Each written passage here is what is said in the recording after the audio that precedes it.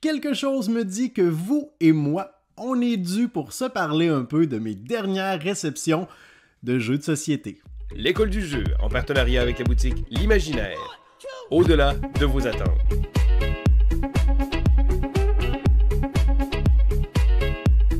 Hey, salut la gang, c'est JP pour l'école du jeu et aujourd'hui, je vous propose un format vidéo comme j'en ai fait par le passé, mais que je ne vous ai pas proposé depuis il y a un bon moment. Alors, j'avais pour habitude, une fois par mois environ, de vous proposer un format What's in the Box, format vidéo dans lequel je vous présentais les jeux que j'avais réceptionnés au courant du mois qui venait de se terminer. Et là, bon, beaucoup de choses se sont passées dans les derniers mois et c'est un format que j'ai mis de côté. Et là, je me suis dit, parce que au mois d'octobre et début novembre, j'ai reçu tout de même pas mal de jeux. J'ai décidé donc de vous en faire la présentation éclair un peu sous le même format.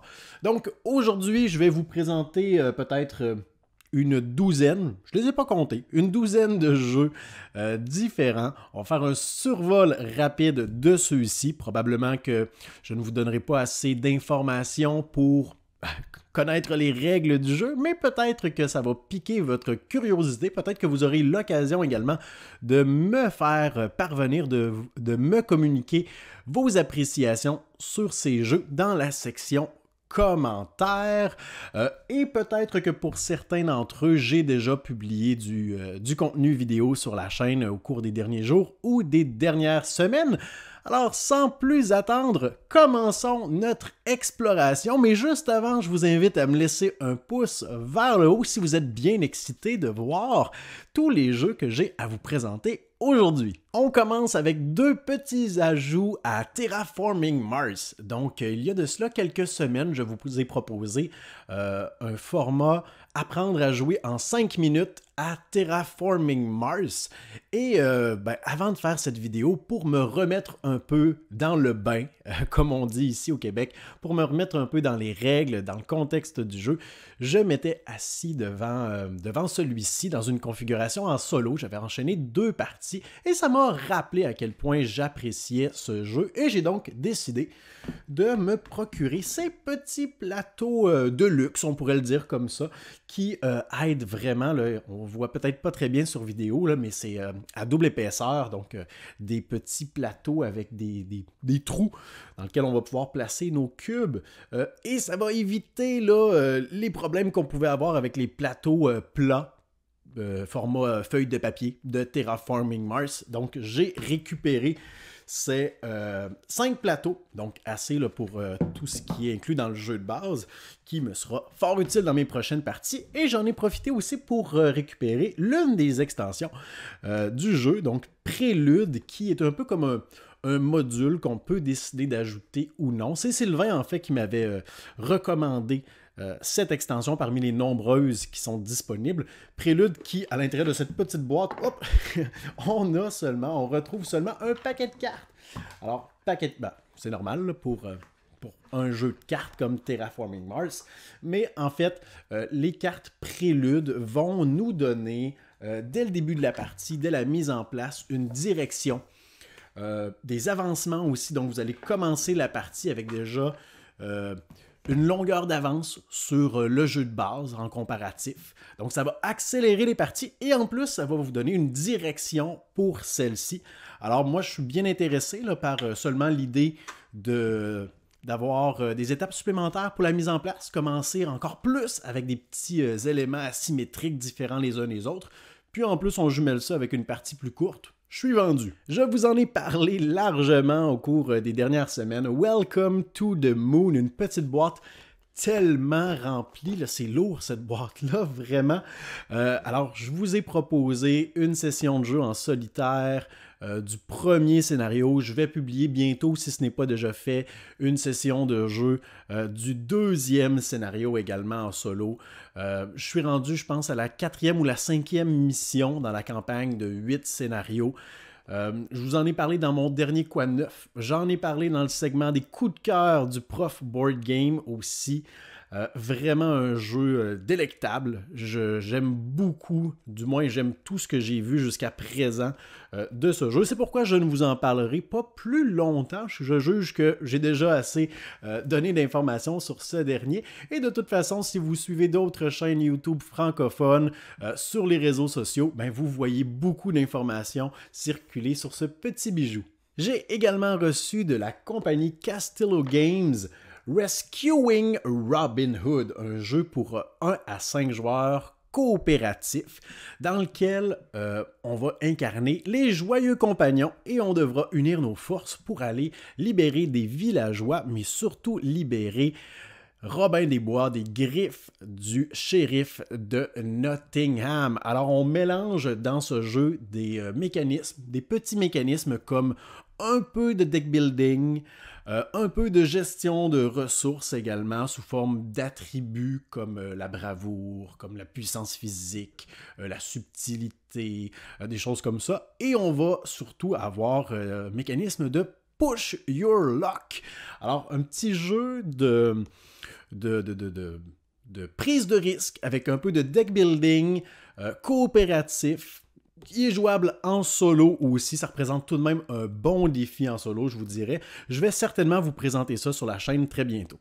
J'ai également reçu Dice Farm de Rediger Dorn, un auteur que je suis beaucoup. Je suis toujours curieux des nouveautés qu'il va proposer. Parmi les jeux qu'il a fait, parmi mes préférés, on retrouve Steam Time, qui n'est pas très connu, et Istanbul également. Et dans Dice Farm, pour vous donner quelques informations rapides, le joueur actif va lancer 3 dés. Tous les joueurs vont avoir un plateau individuel qui représente leur ferme. Le joueur actif va choisir l'un des dés qui a été lancé et la valeur de ce dé va lui indiquer le type d'amélioration qu'il pourra ajouter à sa ferme. Donc on va récupérer une carte et on va ajouter ça dans notre ferme, ce qui va nous donner de nouvelles possibilités. Ensuite, les 2 dés qui n'ont pas été choisis pourront être utilisés par tous les joueurs. On va additionner la valeur de ces 2 dés et ça va correspondre à un emplacement sur notre ferme, une carte qui a déjà été placée là ou un emplacement qui est déjà imprimé sur notre ferme et ça va nous donner une opportunité, une action, comme générer des ressources, comme pouvoir faire des échanges, comme pouvoir vendre des ressources pour récupérer de l'argent. Donc dans ce jeu, on veut justement trouver un moyen pour faire le plus d'argent possible avant la fin de la partie. Ok, on continue avec une grosse boîte Clash of Cultures Monumental Edition. Alors, si vous avez écouté mon Top 100, vous savez que Clash of Cultures est pour moi le jeu de civilisation par excellence. Et j'ai le jeu de base, le jeu...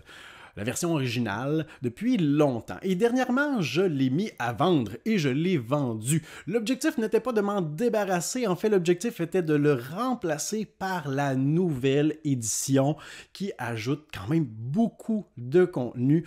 On a là, tout de même revampé le look du jeu en gardant là, le style original.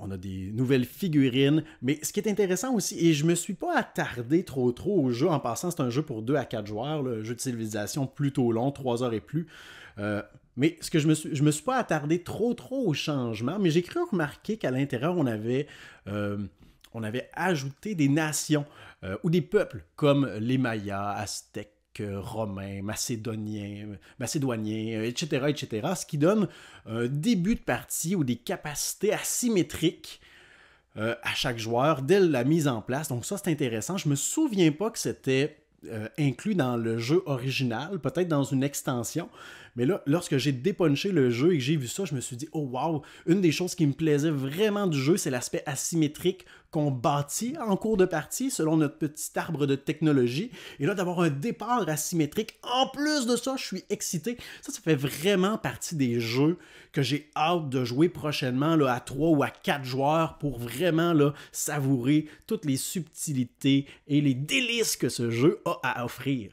The Hunger est le prochain jeu dont je vous parle, le jeu de Richard Garfield, un jeu pour 2 à 6 joueurs. Un peu déçu de ne pas avoir la possibilité d'y jouer en solo. Un jeu de deck building, on dit sur la boîte environ 60 minutes, et on va incarner des vampires qui vont se promener en ville, en forêt, en montagne, dans les environs, pour aller dévorer des gens, des villageois. Alors, thématique intéressante tout de même.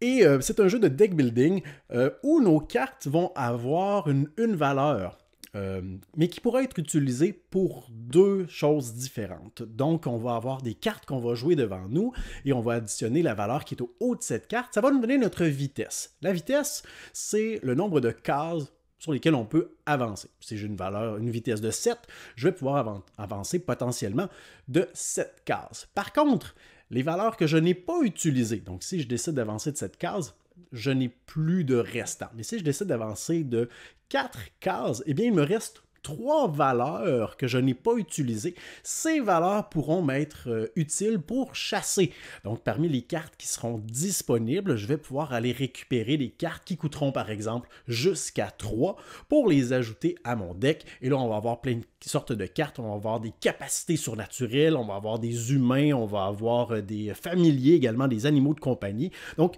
un jeu qui me semble simple, mais j'ai vraiment hâte de voir ce qu'il propose. Probablement le jeu pour lequel j'ai le moins d'informations à vous donner aujourd'hui, Iki.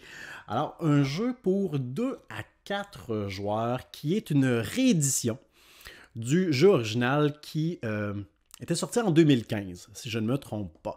Un jeu qui m'intéressait déjà à la base, dans sa version 2015, mais qui était extrêmement dur à trouver. Et là, ici, on a la réédition qui nous est proposée par Sorry We Are French, une compagnie que j'adore. Je les aime énormément. Et c'est eux, entre autres, qui m'ont fait parvenir Demeter et Varuna, qui sont des jeux exceptionnels. Mais bon, ça, c'est une autre histoire. Alors, Iki, j'ai très peu d'informations à vous donner. Je sais que ça a fait le tour là, des palmarès aux États-Unis, surtout là, du côté anglophone. Beaucoup d'intérêt et d'engouement de façon générale. Donc, j'ai décidé d'embarquer dans la vague, mais je n'ai pas beaucoup creusé sur le sujet. Donc, je vais me lancer dans la lecture des règles, probablement une partie très bientôt, puisque j'ai beaucoup de curiosité envers ce titre. Mais si vous avez eu l'occasion d'y jouer, que ce soit à la version originale ou à la réédition, faites-moi le savoir dans les commentaires de la vidéo. Encore une fois, un peu déçu de ne pas avoir une configuration en solitaire. Bon, je ne suis pas un grand fan de jouer en solo, mais ces temps-ci, je dois dire que je m'y adonne beaucoup plus qu'avant. Alors, petite déception de ce côté, mais bon. Une chose qui m'intéresse aussi, c'est de savoir c'est quoi la configuration idéale. 2 joueurs, 4 joueurs, 3 joueurs, bref, si vous y avez joué, laissez-moi savoir ça dans les commentaires. Vous savez à quel point je suis un fan inconditionnel de la série Unlock, qui a d'ailleurs une place très très haute dans mon estime et dans mon appréciation, dans mon top 100 des meilleurs jeux sur la planète. Et lorsque j'ai vu Unlock Kids débarquer en boutique, j'ai sauté sur l'occasion pour y jouer avec mes enfants. Bon, mes enfants sont encore un peu jeunes, 4 et 6 ans, mais le jeu est jouable à partir de 6 ans. J'ai regardé tout de même quelques vidéos et je crois que ma fille pourrait y jouer assez aisément. Peut-être pas tous les scénarios, en fait, là, je ne sais pas s'il y a un degré de difficulté croissant comme c'était le cas dans les boîtes habituelles, mais bon. Donc ici, une chose qui m'intéresse, on a 3 univers comme d'habitude. On a le château de Maconlock, en lien avec la thématique de l'Écosse. On a Mystère et Boule de plume, ici, donc une aventure à la ferme. Et on a Micmac au parc, juste ici, dans un univers de parc d'attractions fantastique et loufoque. Mais une chose qui m'intéresse, et ça je ne sais pas trop qu'est-ce que ça représente, c'est qu'à l'arrière de la boîte, on nous dit 3 histoires contenant chacune 2 aventures, comme s'il y avait 2 embranchements ou 2 intrigues différentes dans chaque histoire. J'ai vraiment hâte de voir qu'est-ce que ça représente. On est dans des aventures ici, des histoires d'une durée d'environ 20 minutes, donc beaucoup plus court pour les enfants en bas âge. J'ai hâte de voir justement là, comment ça s'adapte pour les enfants. Et ici, là, du moins de ce que je comprends, on n'a pas d'application. C'est de l'association de symboles. On va avoir des objets qu'on va devoir jumeler physiquement ensemble. Ça va faire apparaître des petites icônes et on va avoir une légende d'icônes qui va nous indiquer quelle carte on peut aller récupérer comme ça. Donc de l'observation mélangée avec de la logique pour enfants. J'ai super hâte d'y jouer. J'espère que ma fille va aimer parce que je pense que je vais triper plus qu'elle. Un titre que je n'avais pas encore et qui est selon moi un must pour les parties de Noël qui approchent, c'est Fiesta de los Muertos. Alors ici, on est dans le même type de jeu, je dirais, là, un bon comparatif, ça serait Just One. Donc, on va récupérer une carte de personnage défunt. Donc, un exemple qui est donné derrière la boîte, parce que je ne veux pas vous gâcher là, les noms qui pourraient sortir pendant vos parties. L'exemple derrière la boîte, c'est Hercule. Alors, secrètement, je consulte ma carte, je vois Hercule, et je vais prendre mon espèce de petit crâne comme ceci, et à l'intérieur de ce dernier, je vais inscrire un qualificatif, un mot, un nom commun, n'importe quoi, une action qui représente, selon moi, très bien le personnage, Hercule. Donc, par exemple, je pourrais écrire muscle. Bon, musclé, par exemple. Ou force physique. Ou demi-dieu, quelque chose comme ça. Donc, si j'écris musculation, musclé plutôt, eh bien, je vais fermer mon crâne et tous les joueurs vont faire la même chose avec le personnage défunt qu'ils ont récupéré. Ensuite, on va passer notre crâne au voisin, le voisin qui va ouvrir le crâne, qui va voir musclé, va effacer ce mot et va en inscrire un nouveau qui lui fait penser à musclé. Par exemple, je pourrais écrire entraînement. Alors, entraînement ou protéines. Tiens, protéines. Alors, j'inscris protéines sur mon crâne et je vais faire la même chose, moi, avec le crâne qui m'a été donné et on va faire un tour complet. Une fois que le tour est terminé, on va placer les crânes au centre de la table. On va dévoiler le mot final qui est représenté sur chaque crâne. On va enfin dévoiler les cartes personnages défunts de tout le monde. Donc, Hercule, Mère Teresa, Sherlock Holmes. Donc, plein de personnages réels ou fictifs qu'on va dévoiler comme ça. Et on devra tenter, en essayant de voter, d'associer les mots finaux au personnage original. Et ça peut créer beaucoup, beaucoup de rire. Vraiment un jeu qui va soulever là, une bonne ambiance dans un party ou une rencontre avec des membres de la famille, avec des amis. Donc ça, c'est un must. Ah, une autre chose que j'ai reçue pendant le mois, il s'agit de ce t-shirt. Alors, un gilet comme ça pour promouvoir notre hobby qui est le jeu de société qui m'a été envoyé par la compagnie de Meeps. Et vous pouvez retrouver leurs différents produits. Ils ont des boucles d'oreilles, des t-shirts, plein d'autres choses également sur leur site internet de meeps.co. Je suis trop content, je vais le porter dans toutes les occasions. Le prochain jeu dont je vous parle, Cubitos, un jeu de 2 à 4 joueurs. On n'est pas chanceux jusqu'à présent avec les jeux d'aujourd'hui sur les versions solo. Désolé. Alors, Cubitos, premièrement, le dessus de la boîte est délicieux. Un fromage en salopette avec des jambes poilues et des chaussettes relevées jusqu'aux genoux. Pas besoin de me parler des mécanismes du jeu, j'achète. Alors, ici, on est dans du draft de dés, du dice building, si on veut. Là. Mais aussi beaucoup de push your luck et on a un aspect de course. Donc, on va devoir faire progresser notre petit personnage. Je crois que c'est une espèce de monstre sur un parcours qui représente une course. Mais pour cela, on devra récupérer des dés. On a plusieurs couleurs de dés qu'on peut récupérer et lors de la mise en place, on va avoir jusqu'à 7 cartes différentes pour chacune des couleurs. Donc, d'une partie à l'autre, on va pouvoir dévoiler une nouvelle carte où on va avoir des nouveaux agencements ensemble. Chacune des cartes va représenter une capacité ou un pouvoir différent pour la partie en cours. Donc, extrêmement énormément à la folie de rejouabilité de ce côté. Et l'aspect push your luck, c'est que simultanément, tous les joueurs vont prendre tous les dés auxquels ils ont accès, les dés de base, mais aussi les dés qu'ils vont récupérer en cours de partie, donc pour l'aspect de dice building, si on veut, et on va les lancer. Donc, on pourrait décider de s'arrêter là et toutes les dés qui ont des faces visibles, récupérer ce qu'ils nous donnent. Mais on pourrait aussi décider de prendre toutes les faces visibles, les mettre dans notre pool, dans notre espace accessible, et on pourrait décider de pousser notre chance. Donc, tous les dés qui n'ont pas de face avec une icône visible, on pourrait décider de les récupérer et de les relancer. Et si on a des nouvelles faces visibles qui apparaissent, on peut les ajouter à notre espace de dés disponible et on peut décider de continuer comme ça plusieurs fois. Mais dès qu'on rebrasse une poignée de dés et qu'on obtient à nouveau rien du tout, eh bien, on buste, on explose si on veut, on dépasse, on a trop poussé notre chance et on ne peut rien récupérer pendant notre tour. Donc, un jeu intéressant selon moi, avec des mécanismes intéressants, beaucoup de rejouabilité, super hâte d'y jouer. Ça aussi, je vous en ai déjà parlé sur la chaîne, il s'agit de Glory, un jeu de chevalier, un jeu pour 1 à 4 joueurs si je ne me trompe pas, oui c'est bien ça. Donc, je vous en ai déjà parlé beaucoup dans mon coin de neuf. Je vous en ai proposé aussi une session de jeu en solitaire, un jeu qui a déjà fait le tour de l'Europe et qui commence à percer ici au Québec. Si ce n'est pas déjà fait, allez voir ma session de jeu en solo, bien que quelques erreurs s'y sont glissées. Je crois que ça donne vraiment un bon aperçu de comment y jouer ou de ce que du moins le mode en solitaire propose. J'ai récupéré l'extension Les Alchimistes pour le jeu de base Les Charlatans de Belcastel, un jeu que j'aime énormément.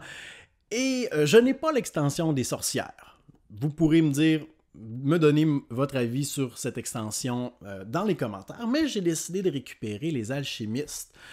On ajoute, en fait, j'ai pas beaucoup d'informations parce que je n'y ai pas joué encore, j'ai même pas dépunché le jeu, mais de ce que je sais, c'est qu'on ajoute une nouvelle phase avec l'alambic. Donc on va avoir un nouveau plateau qui va représenter un alambic qu'on va pouvoir distiller, je crois, là, des élixirs pour soigner des patients. Donc, au début de la partie, on va avoir des patients qui vont être visibles de façon aléatoire et les joueurs vont pouvoir décider lequel parmi eux ils désirent soigner. Donc, on va récupérer la carte du patient, on va la placer sur notre alambic et ces patients vont nous donner différentes choses. Les patients sont tous différents et vont nous permettre aussi de récupérer certains avantages selon des circonstances bien différentes. On ajoute des nouvelles cartes de divination aussi. Peut-être que cette extension rallonge un peu l'expérience de jeu puisqu'on ajoute une nouvelle phase, mais je suis très curieux tout de même de voir là, ce qu'on y ajoute. Donc, non, je n'y ai pas joué. Non, je n'ai pas encore lu toutes les règles. Tout ce que je sais, c'est pas mal ce que je viens de vous dire et peut-être que ces informations sont imprécises ou inexactes, mais c'est tellement un jeu que j'aime, le jeu base de Charlatans de Belcastel, donc je me suis dit, ça serait difficile de faire quelque chose qui rend le jeu moins bon. Alors, une extension sur laquelle j'ai sauté rapidement. Et finalement, la dernière boîte dont je vous parle, c'est Descent. C'est quoi déjà le nom en dessous? Légende des Ténèbres. Alors, j'ai déjà joué à Descent, la deuxième édition, je crois. On avait commencé une campagne jadis, il y a de cela des années. Campagne qui n'a pas abouti. Et donc, ici, j'ai décidé de me laisser tenter parce que je ne sais pas si je vais partager la campagne avec l'un de mes amis ou si je vais la faire en solo en utilisant, en incarnant plus d'un personnage. Alors, je ne sais pas non plus, là, ici j'ai la version française et j'ai récupéré des promos. C'était inclus lorsque j'ai acheté le jeu, là, je ne sais pas si c'est inclus dans toutes les boîtes. Alors, des armes alternatives, des petits aussi marqueurs de vie premium, donc plutôt que d'utiliser ceux en carton dans la boîte, ici on en a en plastique, comme ça, vraiment très très joli et très fonctionnel aussi. Et j'ai une figurine aussi là, qui est, je crois, dans l'autre pièce, figurine alternative que je peux utiliser, qui est comme qui a un fini wash, si on veut, là, qui est plus belle, donc une figurine brunâtre, grise de base. Pour quelqu'un qui ne peint pas ses figurines comme moi, c'est un petit ajout sympathique. Mais rien d'exceptionnel, Et seulement des promos qui étaient inclus. Donc moi, j'étais content quand même de les récupérer. Et dans Descent, on va avoir donc une campagne purement coopérative. On oublie le maître de jeu avec l'aspect de tous contre un des derniers Descent. Ici, on va utiliser une application qui va jouer le rôle justement du maître de jeu et qui va nous permettre d'interagir avec notre environnement. Donc, dans cette gigantesque boîte, on a beaucoup de figurines et beaucoup d'éléments tridimensionnels que j'ai passé des heures à fabriquer et à monter. Mais bon, ça c'est une autre histoire, un autre dossier. Donc, des figurines, des éléments là, tridimensionnels qui vont nous permettre de créer un décor. C'est à peu près tout. Donc, l'application va nous permettre d'interagir et j'ai hâte de voir justement là, où se situe la frontière entre le jeu de plateau, le jeu de société, et le jeu vidéo. C'était vraiment un irritant pour moi à la base, mais j'ai tout de même hâte de m'y lancer. Donc, si vous avez initié une campagne de Descent, les légendes des ténèbres, laissez-moi savoir ce que vous en pensez jusqu'à maintenant. Et voilà qui fait le tour pour mes dernières réceptions. J'ai d'autres jeux qui s'en viennent au courant des jours à venir. Je crois que je les mettrai de côté encore une fois pour vous proposer un autre format What's in the Box comme celui-ci dans les semaines à venir. Ça faisait longtemps que je ne vous avais pas proposé un format, une vidéo de ce format. Donc laissez-moi savoir dans les commentaires si c'est un type de vidéo qui vous intéresse, si ça vous divertit, si ça vous informe, si ça pique votre curiosité, si ça dirige vos choix. J'en ai aucune idée, alors laissez-moi savoir ça dans la section commentaires. Laissez-moi un pouce vers le haut aussi si vous avez bien apprécié les présentations éclairs de chacun des jeux. Et je vous invite à vous abonner à notre chaîne si ce n'est pas déjà fait. Moi, je vous dis merci pour votre écoute. À la prochaine. 1, 2